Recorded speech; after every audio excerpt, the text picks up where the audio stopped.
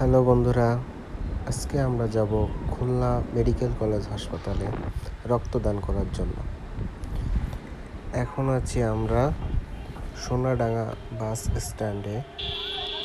এর একটু সামনেই হচ্ছে খুলনা মেডিকেল কলেজ হাসপাতাল।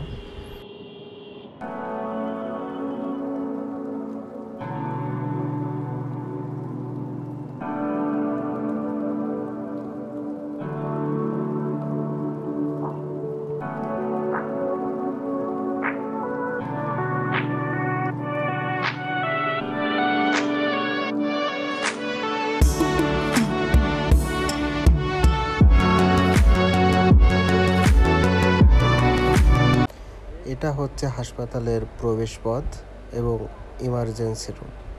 এখানে অনেক দূর দূরান্ত থেকে রোগীরা ডাক্তার দেখাতে আসেন। আমাদের এক বড় ভাই অসুস্থ আছেন, তার রক্ত লাগবে, তো এই কারণেই মূলত আমাদের রক্ত দিতে আসা। এই 2 তলার উপর, তো আমরা এখন সেই রুমেই যাচ্ছি।